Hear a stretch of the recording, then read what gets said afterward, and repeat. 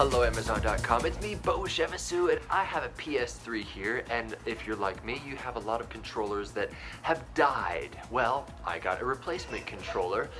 This is one of my favorite controllers that I've tested thus far. I've only tested maybe a handful of them, but what I like about this one is that it actually connects natively to your PS3. You don't need a little USB dongle to fit into anything. This performs almost exactly like the original PS3 controllers that come with it. A few differences though, which is why I probably give it a 4 out of 5 stars rather than a full 5 out of 5. The weight, these are a lot lighter. I'd say they're a slightly cheaper plastic. However, the actual controller, you'll see there's the little circle, the triangle, the square, and the X. It coincides perfectly with the original PS3 controllers. Some PS3 controllers don't actually have those. They're different symbols on there. So right now, as you can see, it's not turned on because I wanted to show you how it does turn on, which is just like a normal PS3 controller. You hit that and you can see the little blinking lights, and just like that, it's registered already. All I had to do was plug it in using the cable that comes with my PS3, and it does actually fit. You don't need another cable. There are some controllers out there you need a special cable to work with this thing. Just uses your original cable, which is great. And as you can see back here, I can scroll around.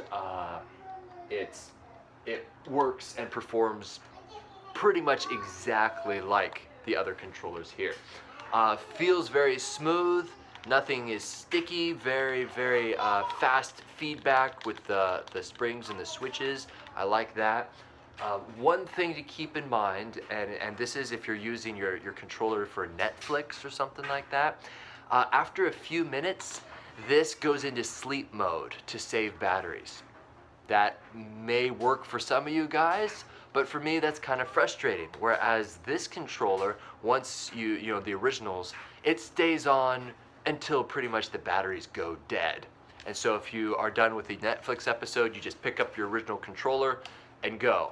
However, with this controller, on this Amazon listing, when your Netflix show is done, you pick this up, you have to hit it and wait a few seconds for it to actually connect again because it went to sleep.